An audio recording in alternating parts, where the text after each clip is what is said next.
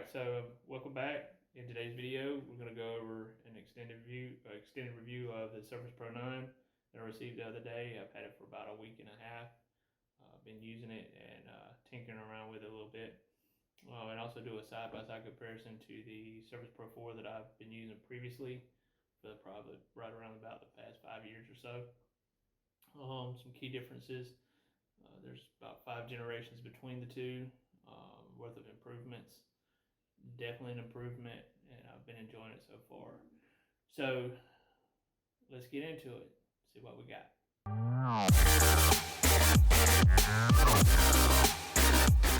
Okay, everybody, so as you can see, we have both the Pro 4 and the new Pro 9 sitting side by side. The Pro 9 is just a little bit bigger.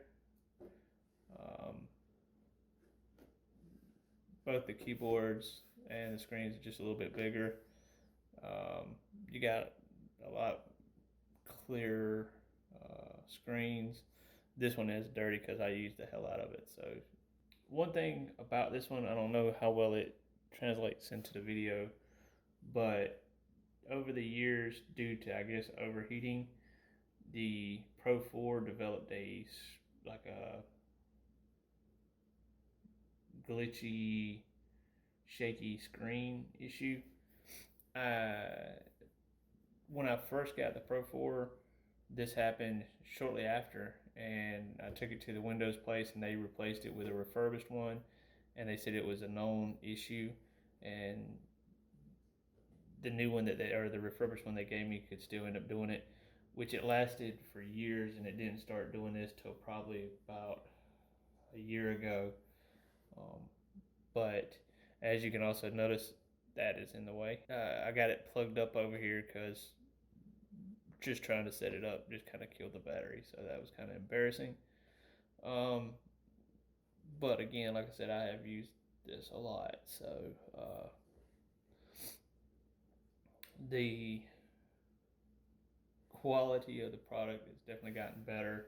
I like the new color. This one should be running Windows 10. I believe I did upgrade it to Windows 10. This one's running Windows 11. I'm really liking it, the way it's set up with the icons in the middle. I like the little, where you normally have your notifications, or where your notifications are at, or your controls, what I call your controls. Where you got your volume, your battery, everything's just kind of like right here together, internet. I got one of my videos queued up on both of them because I wanted to kind of demonstrate the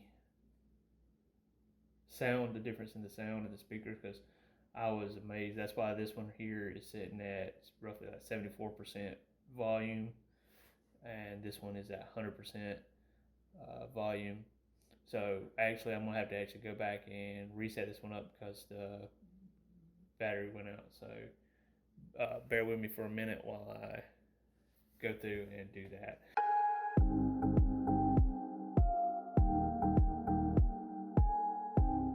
We'll do a review of this 2020 Dodge Ram 1500 Bighorn. All right, wait. To help in case you're looking for information. Okay, so we got that. There's a lot of info in this. Okay, so I got that set up. All right, so I'm back. I got it set back up again. That was the best way I could think to actually demonstrate the difference in volume, or the speaker quality, which again was really impressive to me. The battery life is just not very good anymore on this, but again, it's because I used it a lot, so I can't really fault the device for my habits. Speaking of battery life, on the new one, it was advertised to have a 19-hour battery. I haven't actually clocked it with a stopwatch or anything like that. I could potentially see that, depending on what you're doing and how hard you're pushing I guess the software and the hardware and the device itself. But this one's sitting at 58% or 49% now. Okay, speaking of the battery life, or this one's sitting at 49%, and I charged it sometime probably yesterday morning, or took it off the charge yesterday morning, and I'm pretty sure it's been on, and it's just went down 50%. But then again, there's, I guess, over the years could be a lot of things running in the background on this one, and there's not really anything running in the background on this one since it's brand new. So take it for what it is. So far, battery has been working good. No issues with that whatsoever. The screen quality, I mean, you can kind of see it, how well it's doing. Another issue was I was asked in the comments about overheating. This one overheated quite, or would get super hot. The fans, the cooling was very loud. So and we kind of get annoying. If you were holding it if it was sitting on your lap, it would get really hot. I have not run into this one yet with it yet, but again, I'm not really, I'm not gaming or doing anything that I guess would be super labor intensive. So it wouldn't really have any issues, I guess, to reheat or to overheat. Plus, there's been I would say an improvement in the hardware, the components that would possibly lead to less heat, or the way they disperse the heat differently. However, one thing I will say that I have noticed is it does still feel kind of warm. And what I think is my opinion, I could be wrong, but what I'm thinking is just kind of having this little tunnel here. Let's see if it's showing up. Yeah, having this little tunnel here as it's sitting on your lap creates kind of like a place for heat to kind of gather in between the two surfaces. Because I mean, you can feel a little bit of heat, but it's not. It's no more than like if you was to kind of put your hand close to a TV screen or something like that. It's not unbearable or to the point where like I don't want it on me. So plus again, this thing has been super quiet. No real noise issues whatsoever as far as like the working components and cooling. But also I figured I'd kind of, again, this one's outdated, or not outdated, but older and runs slower. But what I thought I would do is take and show you just kind of how quick the facial recognition goes. Hopefully this doesn't blow up in my face, but normally it's really, really quick. So, all right. I like that freaking quick. Even from like being turned off to coming on, it's just super quick. See, it is super quick. To me anyway. I mean, that to some people they're like, oh, that's so slow, but I don't know. Anyway, to me it's impressive and I'm enjoying it. Still in the process of trying to kind of get things situated, converted to where I want. Not having any issues with the 512 gigabyte storage, but again, like I said, I've only had it a week and a couple of days, so I'm gonna go to pretty much storing everything, I guess, on which I'm sure the cloud is the way everything's going now. So between that and hard drives, I don't plan on having anything stored here. But anyway, here you got all your icons. You got your I guess what you would call your startup menu. You got your power, all your apps, settings, as usual, that were normally kind of over here. It's been kind of neat getting used to it. Haven't really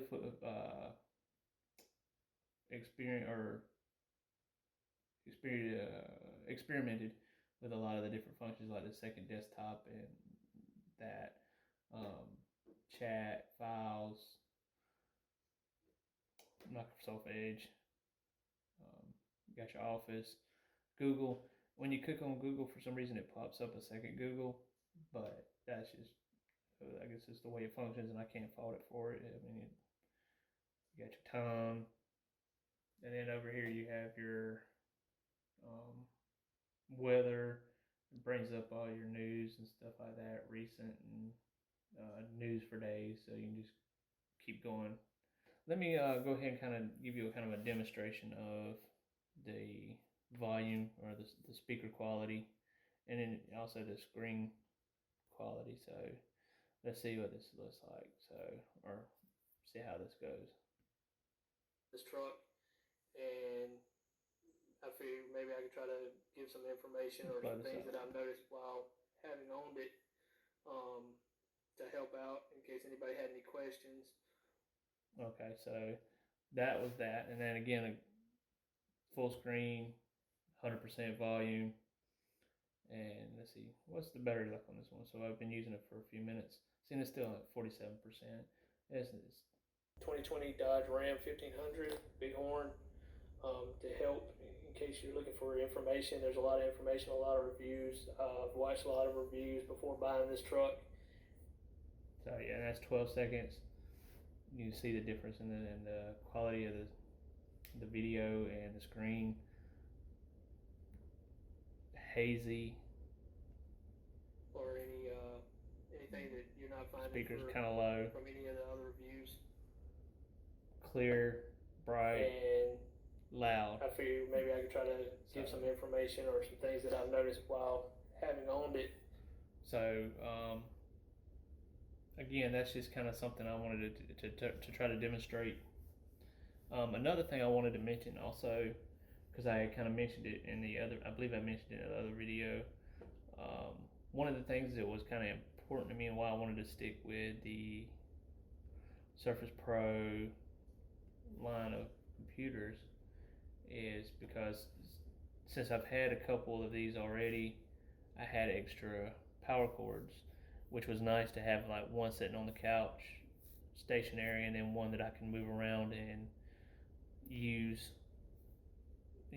bring it to the table or take it to the kitchen counter, or as needed move it to wherever I wanted to. And so one of the kind of important things that I was looking forward to was if the power cord for the old Surface Pro would work on the new Surface Pro, the Surface Pro 9. And the answer is yes, with a caveat. And what I'm going to kind of demonstrate it to you. Hopefully, if this thing kind of goes off, then I don't really, it's fine. Matter of fact, I'll go ahead and shut this one off, or put it to sleep. So get this one out of here right now. And see, this thing is kind of super warm, or not super warm. It's a lot hotter than this guy over here. So let's put this one back up here. The charger's up here, and I like these magnets, so it just kind of pops into place. All right, so I got it charging, and it didn't do it this time, but let's see. I'll try to explain it. So it's charging. This is this is the charger for the old one. The other charger I have, it would actually kind of, not a warning, but like a caution that you're using an old charger, and that is charging slowly. And then if you would actually use the proper charger, the charger that came with the computer, it would charge faster. But I actually haven't even used the charger that came with this computer to see how fast it would charge, because even with the other charger, it charges pretty quick. I think it went up to like 20% pretty quick. I can't remember the exact time, but it was enough to where I was like, when I saw that it was slow charging, I we thought it would take a while to charge, but it charged pretty quick. So the answer to that question is yes. The other chargers do still work for this computer. Can it charge faster? Yes. If you use the cord that it came with, it would charge faster. Now the one thing that I'm hesitant to do, because I guess the new cord is set to charge faster, I'm hesitant to try to put it on the new charger with the old computer, because I'm afraid it might kind of cause it to overheat or do something that would pull YouTube back up for a second. I'm not gonna play anything, but I was used to like double clicking on and scrolling down, but now having to actually get used to actually using the two fingers on the touchpad is pretty neat. It's something to get used to. So another thing I want to kind of go into, and this is something I haven't used yet, so we kind of discover it together, is the new pen that comes with the so you got your new pen. It's definitely a lot lighter. I don't know, I don't know what material it's made out of. I'm probably sure I could Google that. Let's set up your pen. Let's see. Yes, I'm right-handed. We'll do this together. Top button is shortcut button. Okay, I clicked it. Microsoft right whiteboard. Okay, let's go. Whiteboard. Why's it gotta be white? So new whiteboard. Whiteboard tips. Okay, so let's just figure something out. Let's just see.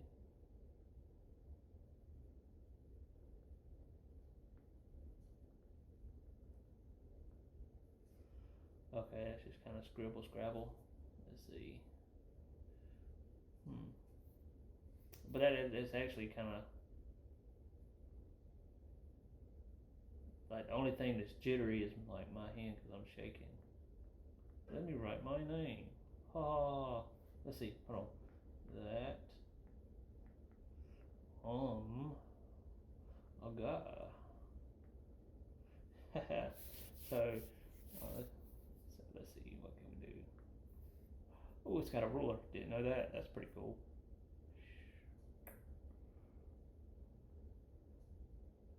That's pretty cool.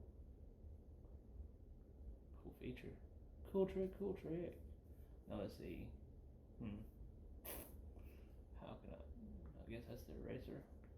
Yay. Erase. Get rid of the ruler. And I can feel a little slight vibration in the pen, because they were talking about the motor that they put in there, so it would feel more like writing with a real pen or pencil. It still does not, as far as I'm considered, the way I'm looking at it. Maybe I don't have it set up right, or maybe I can turn it up, but I don't really need it to, really. But I can feel some slight vibrations every now and then. Give me 1 second. I'm gonna go grab one. So hold on. So yeah, so I was able to find all three. Well, the other two that I have. These right here seem to feel, like they're more rugged, more durable. But yet again, like I said, I've had more issues out of them than I have this one, because this one's new. It just feels really light, and I don't know. But I give it the benefit of the doubt, because, I doubt they would have just throw something out there that wasn't. But like I said, again, I really like the new design that keeps the pen locked into the case and charging. I hope it doesn't overcharge. I'm assuming they probably would have fixed that, so it wouldn't overcharge. Whereas these here, I always had to keep in the bag, or even though it was magnetically clipped, I didn't really trust that too much to keep it like magnetically clipped to the to the device itself. So, plus if you were to run some kind of hard case around it, I don't know how well it would magnetically clip through a hard case, but I guess it's just auto to how you plan on using it. But as of right now, for using it for entertainment purposes and checking emails and stuff like that, this thing is working great. Should be able to see hopefully another 5+ years, hopefully, of use out of this, and do good things and enjoy it. And anyway, so we'll go ahead and wrap this up. I hope that you found this information a lot of information. I hope you found it, hope you found this informative. Hope you found it entertaining. Hope you found it as not a waste of your time. So anyway, I hope y'all have a great day. God bless. Stay safe and do great things.